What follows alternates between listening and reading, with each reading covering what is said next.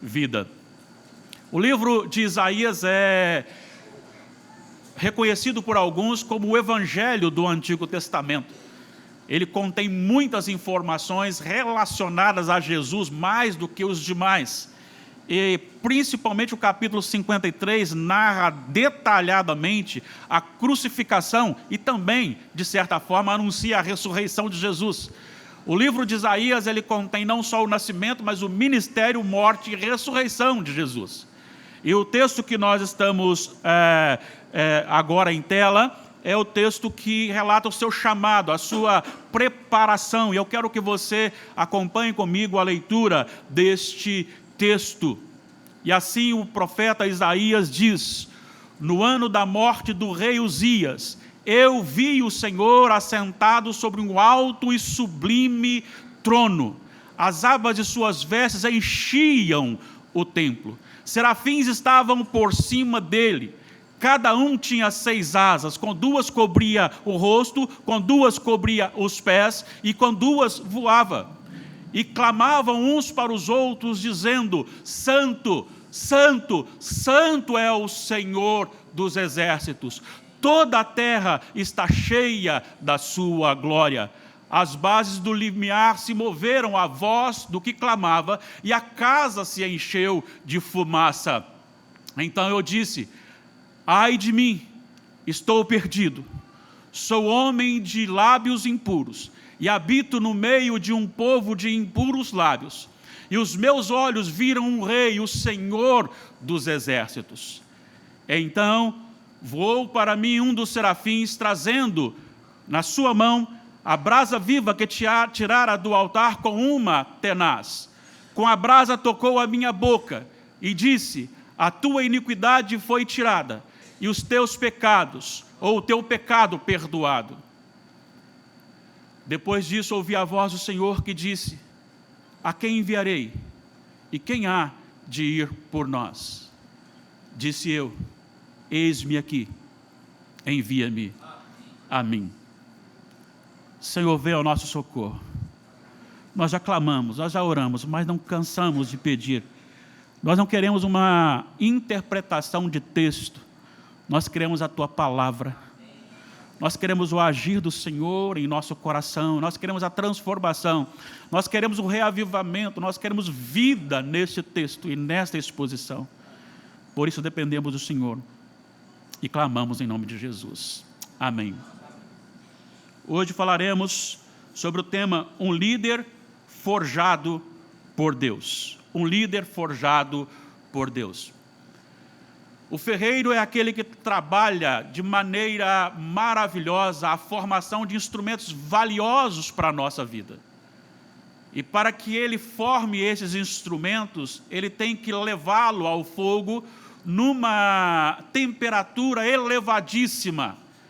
E à medida que ele vai tirando, ele vai dando forma ao que ele quer fazer.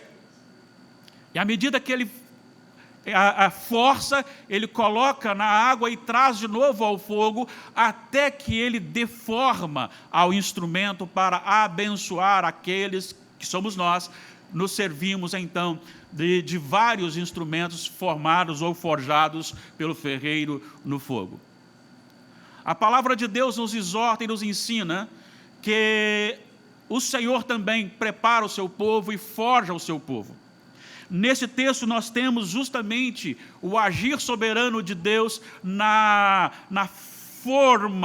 formatura, no engajamento, na preparação e habilitação do profeta Isaías. Certamente os eventos da nossa vida têm aqueles principais que marcam profundamente a nossa vida. Eu estava pensando sobre isso e tem algo que não sai da minha mente. Talvez eu teria lá 6 ou 7 anos de idade. E lá na zona rural, terra boa, ali pertinho da Serra de Caparaó, ali na presença ainda de toda a minha família em casa. Lembrava-me anteontem, que eu, meus irmãos e meus primos, montados em um cabo de vassoura, passávamos correndo perto da nossa mãe para que a mãe gritasse assim, e tinha que gritar: segura peão da vassoura. Isso nunca saiu da minha mente. Possivelmente esse momento foi tão gostoso para a minha vida e para a minha história, que agora completo 55 com cara de 60, mas 55, e não me esqueço disso. Não me esqueço disso. Tudo que é bom, tudo que é ruim, normalmente marca a vida da gente. Esta é uma data muito especial que marcará não só a vida do Natanael, mas de toda a sua família. As coisas ruins também marcam, mas vamos lembrar das coisas boas. O profeta está aqui relatando seus acontecimentos. E tem algo que ele cita aqui que comprova o que eu acabei de dizer, que aquilo que acontece, que marca a vida, faz lembrar de detalhes que o envolvem. Pois ele disse, no ano da morte do rei Uzias. E é neste propósito deste livro e deste texto que eu quero destacar aqui algumas lições breves. Nunca conseguirei chegar nem mesmo a 20 ou 30 ou 50% do texto para exposição. Mas a minha oração é que o Espírito Santo, de maneira soberana e muito acima da minha limitação, aplica ao nosso coração, não apenas nos iluminando, mas também aplicando ao nosso coração a vida espiritual que há neste texto, porque a palavra de Deus é viva e eficaz. É mais cortante que qualquer espada de 2 gumes e penetra até o ponto de dividir alma e espírito, juntas e medulas, e é apta para discernir os propósitos e pensamentos do coração. A minha oração é que isso aconteça na nossa vida. Eu queria destacar com você, então, a nossa primeira lição. Um líder forjado por Deus, ele carrega, então, algumas exigências. E a primeira exigência é que ele tenha uma visão correta de Deus. O líder forjado por Deus, ele tem uma visão correta de Deus. Eu quero pensar com você aqui sobre o que nós temos vivido atualmente na esfera brasileira de chamada igreja evangélica. Nós temos algo triste acontecendo. Nós temos hoje cada povo criando o seu próprio Deus, moldando o seu próprio Deus de acordo com a sua visão, com o seu gosto, com o seu querer. E a igreja não está para moldar um Deus segundo o seu querer, mas ela está para ser moldada a um Deus supremo, que se revela nas Escrituras Sagradas, a ponto de jogar-nos por terra ao contemplarmos a grandeza do seu poder. Este evento de ver a glória de Deus marcou tanto a vida do profeta, que ele começa, como já disse, no ano da morte do rei Uzias, eu vi o Senhor assentado sobre um alto e sublime trono. As abas de suas vestes enchiam o templo. E ele vai falar depois que não só isto, mas a terra estava cheia da sua glória.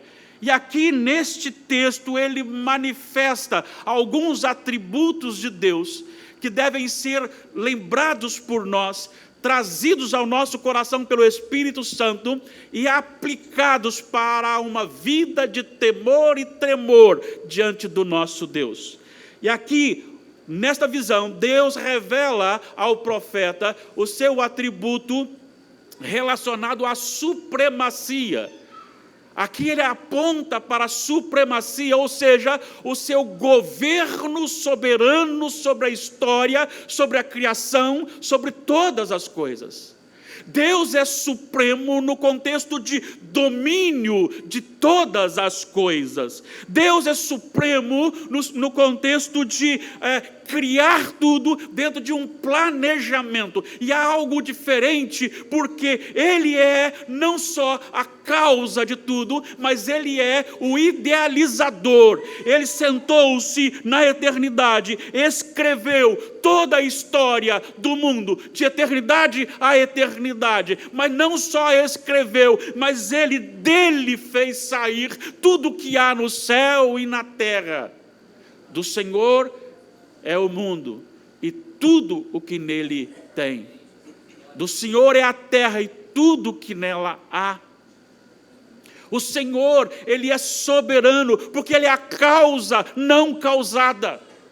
Ele olha e vê um grande trono branco, um grande trono, ou melhor, um alto trono, sublime trono, mas esse trono depois ele é mostrado a João como um trono branco de pureza. Aqui está dizendo sobre trono, governo, está dizendo sobre um trono alto, sublime. Não há nada neste mundo que possa se igualar a este governo soberano de Deus. Nós precisamos voltar e acreditar, e crer e pregar que não há outro Deus. Não há outro Deus, não há outra força que possa oferecer-lhe resistência, que possa pelo menos trazer uma dificuldade, ainda que seja mínima, de Deus. Sabemos que há um inimigo ferrenho, sabemos que ele luta contra o povo de Deus, e que ele é o diabo, e toda a astúcia de Satanás, toda a força dos anticristos, toda a força de todo aquele que está fora do Senhor, não podem mexer na glória, no poder de Deus. O Salmo 2, ele diz: porque se enfurecem os gentios, e os povos imaginam coisas vãs. Os reis da terra se levantam, e os príncipes conspiram a uma contra o Senhor e contra o seu ungido, dizendo: rompamos os seus laços, sacudamos de nós a sua algema. O versículo 4 diz: ri-se dele aquele que habita nos céus, o Senhor zomba deles. Sabe por quê? Para que o inimigo viva, ele precisa de Deus. Para que um governo esteja à frente de uma nação, ele precisa de Deus, é Deus que o colocou lá. Para que ele acorde, Deus tem que acordá-lo. Deus tem que dar-lhe alimento, Deus tem que dar-lhe o ar para respirar, Deus tem que dar-lhe força, Deus tem que fazer enxergar, Deus tem que fazer ouvir, Deus tem que fazer falar, Deus tem que fazer andar, Deus tem que fazer tudo para ele. E por isso então, este que depende em tudo do Senhor, diz: nós não queremos o Senhor, mas o Senhor zomba deles, porque é só o Senhor fazer qualquer ação, e ele desce ao pó. Por mais terrível que seja o inimigo, Deus domina todas as forças. Deus domina a força maior que existe, a mais poderosa, a mais temível. E Deus domina aquele grão de poeira que não conseguimos ver, a não ser quando o raio de sol nos faz perceber que está subindo aquela poeirinha. Deus domina também aqueles grãos de poeira. Deus domina o vento quando ele sai de um lugar, mandando ir para algum lugar, com a velocidade que ele vai, quebrar para outro lugar. Hoje de manhã, bem cedinho, eu estava contemplando esse poder de Deus em nuvens que subiam e cobriam os picos da montanha aqui do lado, e dizendo: Senhor, glórias a Ti, porque essas nuvens se movem, porque o Senhor determina. Tu tens o domínio sobre todas as coisas. Deus domina sobre a sua vida, Deus domina sobre a sua enfermidade, sobre a sua saúde, sobre a morte, sobre a vida, sobre a salvação e a perdição. Deus domina sobre o homem, Deus domina sobre a besta, Deus domina sobre o anticristo, Deus domina sobre os falsos profetas, Deus domina sobre os verdadeiros profetas, Deus domina sobre o diabo, Deus domina o inferno. Ele é Senhor, Ele é Senhor. Precisamos crer nisso. E ele vai tratar aqui não só desse domínio, mas vai tratar também da santidade do Senhor. Santo, santo, santo é o Senhor. E quem está adorando o Senhor aqui não são simples mortais, são anjos, serafins, que eram... o nome serafim já diz, chama, que era flamejante, e ali eles estão olhando para o Senhor, e eles estão adorando o Senhor, e é como um excessivo do superlativo, em dizer, Ele é santo, Ele é santo é o Senhor. Ou seja, nós não conseguimos, através dos nossos vocábulos, alcançar a grandeza da santidade de Deus. E isso faz Deus único. Ele é único. Deus é santo. E esse Deus santo se revelou ao profeta. E esse Deus santo se revelou a você e a mim que aqui estamos. Por isso nós precisamos conhecer bem o Senhor. É esse Deus que ele chamou Natanael. É esse Deus que ele chamou para a obra dele. E hoje você receberá mais uma incumbência, a responsabilidade de trabalhar ordenadamente como pastor dos ciganos. E a minha palavra a você é que nunca perca de vista quem é Deus. Clame todos os dias para que Ele se revele a você através das Escrituras Sagradas. Peça a Ele para que cada página desta Sagrada Escritura seja viva para o seu coração. E que você o conheça na maior possibilidade que um homem pode conhecer o Senhor. Mas que isso não seja só com você, seja com a sua família, mas seja com todos nós que aqui estamos também. Quem conhece a Deus de verdade não precisa temer as adversidades.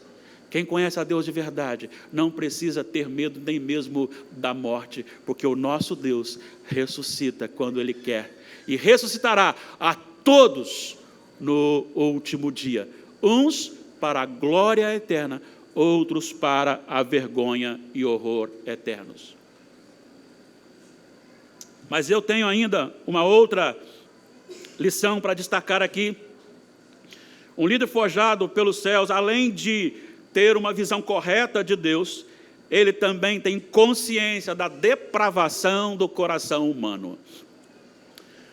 Nós vivemos hoje o culto ao homem. As igrejas que elevam o ser humano, as igrejas que põem o homem como centro, estão sempre abarrotadas de gente. Certa feita, conversando com uma autoridade, ela me disse: olha, vocês precisam parar de falar sobre pecado na igreja, porque o povo já está muito carregado da semana, já está muito cansado, já enfrentou tantas dificuldades, vai para a igreja e vai ficar ouvindo falar sobre pecado ainda. Porque a ideia é, o homem é o centro. Mas, na verdade, o que nós vemos aqui, que aquele que conhece a Deus, ele se conhece também. E aqui o profeta Isaías vê dois aspectos importantes. E o primeiro que ele vê não é o povo, o primeiro que ele vê é ele mesmo. E ele disse: ai de mim. A expressão ai é uma expressão de um reconhecimento de algo terrível que possa vir sobre ele. O ai significa misericórdia. O ai significa estou prestes a receber algo terrível do juízo de Deus. Porque neste momento ele diz: estou perdido. Quando ele contempla a glória de Deus, ele contempla a sujeira da depravação do seu coração. E ele então diz: ai de mim, sou homem de lábios impuros. E o que ele está dizendo aqui não é a questão simplesmente de palavra, porque a boca fala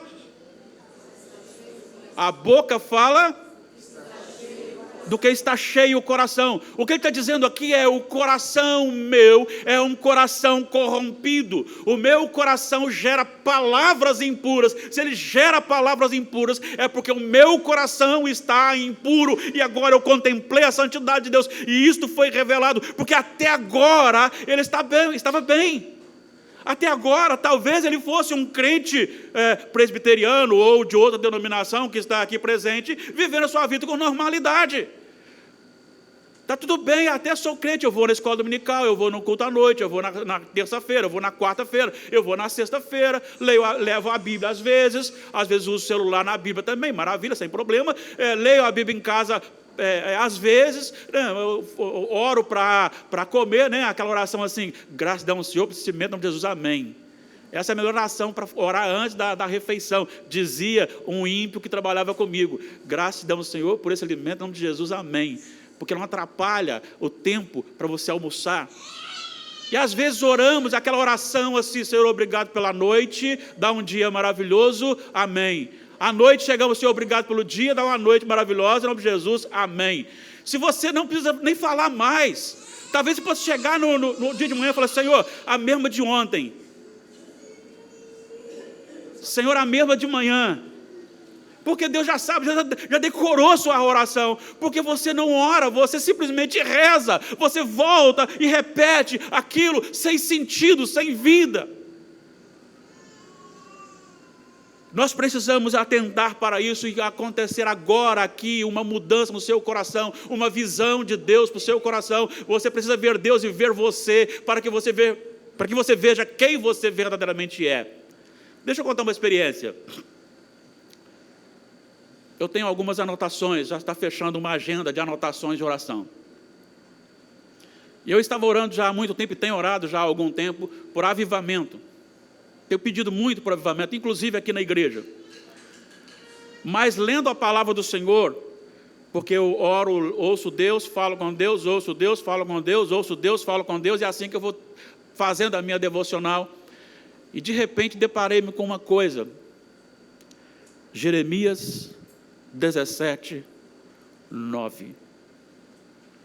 Enganoso é o coração, mais do que todas as coisas, desesperadamente corrupto, quem o conhecerá?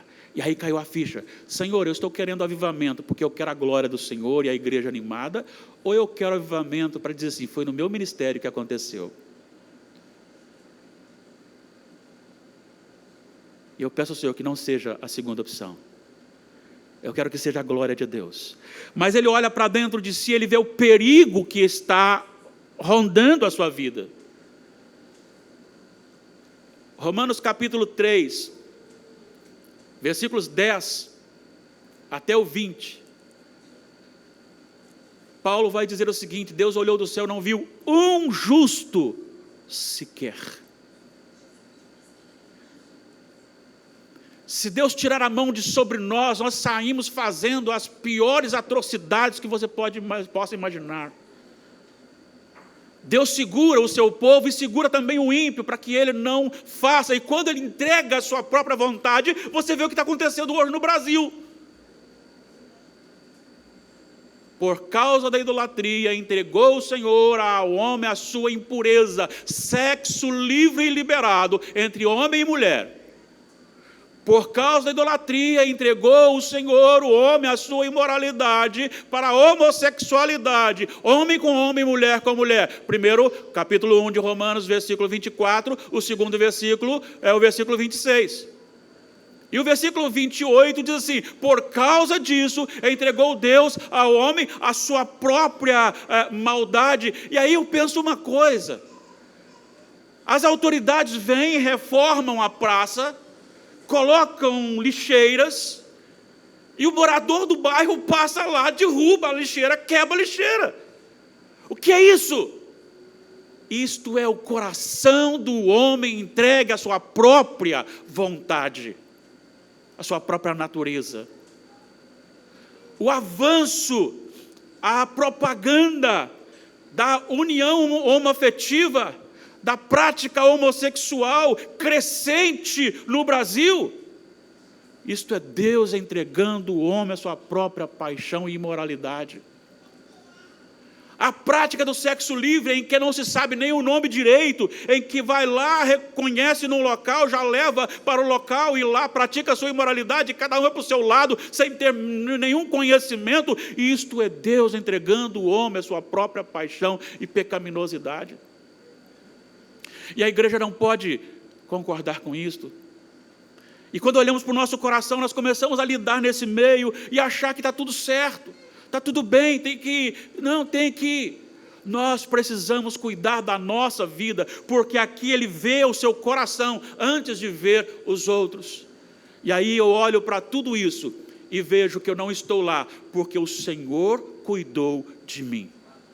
Porque se Ele não colocar a mão sobre mim, eu faço as mesmas coisas que os outros fazem. Ele conhece o coração depravado do homem. E é necessário que haja uma transformação. E essa transformação vem, então, na terceira lição. Um líder forjado pelo coração, ou por Deus, ele tem uma visão de Deus, uma visão da depravação humana, mas ele recebe a transformação do coração e de coração. Muitas pessoas estão equivocadas, dizendo que, e essa interpretação dá justamente pela deficiência da primeira lição. Eles acham que o homem tem habilidades e capacidades de governo para decidir se aceita ou não por si só o Evangelho. Isso porque, olhando a supremacia de Deus, essa supremacia está equivocada. Porque a palavra de Deus nos mostra que Deus tem governo sobre nós e que nós estamos mortos nos nossos delitos e pecados. E o morto não tem nenhuma ação a não ser entrar em decomposição. E para isso agora é necessário que Deus haja. E aqui no profeta Deus age. Quando ele reconhece, quando ele confessa, Deus age, Deus está agindo no seu coração. Ele já é de Deus, mas há necessidade de haver uma transformação. O que ainda não converteu e que nós convertemos foi porque o Espírito Santo entrou no nosso coração e nos fez entender. Sim, nós aceitamos, mas depois que ele nos deu uma nova natureza. Ezequiel capítulo 36, versículos 26 em diante. Dar-vos-ei um novo coração, porei dentro em vós um novo espírito. Depois ele diz assim: colocarei o Espírito meu, que é o Espírito Santo, para que você obedeça. Aqui ele está angustiado, mas o que me alegra é que da mesma forma que Deus resiste ao soberbo, Deus não resiste a um coração quebrantado. Sabe um texto que muito me alegra? Acabe foi um terrível rei. Acabe foi maldoso, governado pela sua esposa Jezabel, que se tornou o símbolo da perversão, da imoralidade. E Deus falou para ele o seguinte: você será morto e todos do sexo masculino da sua família morrerão. E ele então se arrepende, e ele chora, ele se veste de saco, e diz o texto que o Senhor vira para Elisa e fala assim: observaste que o rei Acabe se humilhou? Então vai lá e fala: porque você se humilhou, eu não matarei os seus filhos na sua presença ou no tempo da sua vida. Depois da sua morte, então, eu cumprirei a minha profecia. Deus ama um coração arrependido. Deus ama um coração que se encontra no coração dele. E agora ele faz a limpeza. E sai lá um dos serafins com uma brasa viva que tirara do altar. E isso aqui tem uma profundidade teológica que talvez você não tenha pensado sobre isso. Um dos serafins voou para mim, trazendo uma brasa viva que tirara do altar com uma tenaz. Com a brasa tocou a minha boca e disse: eis que ela tocou os teus lábios. A tua iniquidade foi tirada e perdoado o teu pecado. Brasa não perdoa pecado. Brasa não tira a iniquidade. Porque altar aqui está se referindo ao primeiro livro das Crônicas, capítulo 6, versículo 49, quando Arão e seus filhos estão oferecendo sacrifício no altar. E o altar ali aponta para Jesus Cristo. Isaías aqui nesse texto está dizendo o seguinte: só Jesus pode purificar você, Isaías. Só Jesus pode limpar você. E agora Jesus é oferecido no tipo desta brasa viva do altar, apontando para o dia da consumação final, quando Jesus veio ao mundo e nasceu, morreu e ressuscitou. É este sangue, é por isso que João, olhando para os discípulos seus, disse: eis o Cordeiro de Deus que tira o pecado do mundo. Nada neste mundo pode tirar o pecado do mundo, a não ser o Senhor Jesus. E aqui há uma transformação, porque o Senhor Jesus é capaz de purificar um coração. E me encanta isso porque Jesus nasceu depois aproximadamente de 750 anos disso aqui. Se cumpriu essa profecia depois de 750 anos. Mas esse sacrifício de 750 anos depois era suficiente para purificar um homem chamado para o serviço de Deus. Posso ouvir um amém? Amém. Amém, né? Porque uma palavra dessa, você ficar calado, não tem jeito.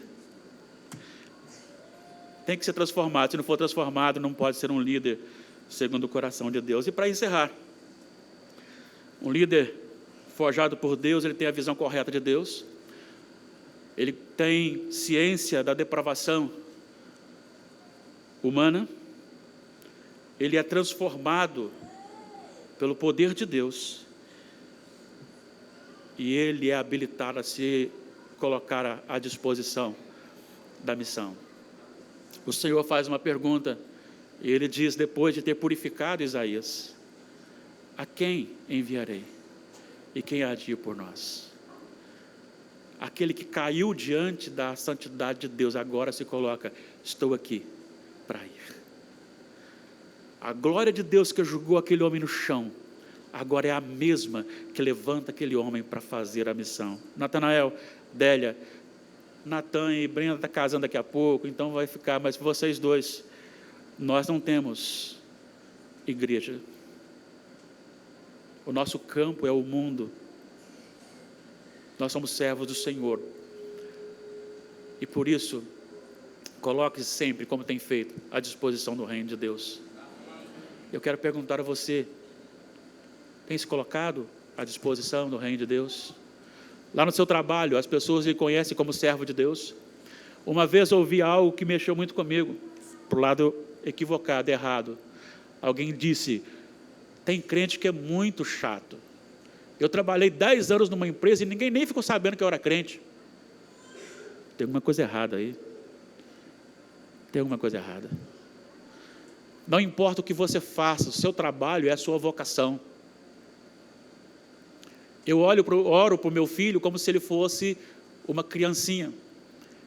E todos os dias eu oro para que ele seja um resolvedor de problemas, um abençoador, e que os seus patrões, os seus superiores e aqueles seus iguais vejam a boa mão do Senhor na vida dele. Porque lá onde ele está, ele é um missionário para anunciar que o Senhor é Deus e é o Deus dele. Você está disposto? Estamos chegando a tempos difíceis. Possivelmente a gente encontrará resistências maiores em pouco tempo. O cerco está se fechando. Hoje, jovens não partirem para a vida da imoralidade, isso é estranho à sociedade. Recentemente, ouvi de um líder, um governador de um estado, e ele dizia: quando você afirma que só Jesus Cristo salva, você está cometendo o crime da intolerância religiosa. Ele citou crime, ele disse crime. É naquele sentido de politicamente correto. Não importa o que você está, onde você está, tudo leva a Deus. Seja bonzinho, tudo leva a Deus. Não, não leva. Você pode dar a sua vida por alguém, pode dar seus bens para alguém. Se não tiver Jesus, você não vai para o céu. Sejamos líderes. Ah, mas eu não sou líder. É sim, você lidera alguém, com certeza você lidera alguém. Você lidera alguém dentro da sua casa, você lidera alguém, um amigo, você lidera alguém. Eu quero que você pense nisso. Quem é Deus para você? Quem é você como homem, como ser humano? Se ainda não aconteceu esse encontro real com Deus, que seja agora, neste momento, e que você se disponha a servir o Senhor. Natanael, que essas lições continuem a sua vida, que você continue servindo o Senhor com tudo que você tem, junto com a sua família, para a glória de Deus.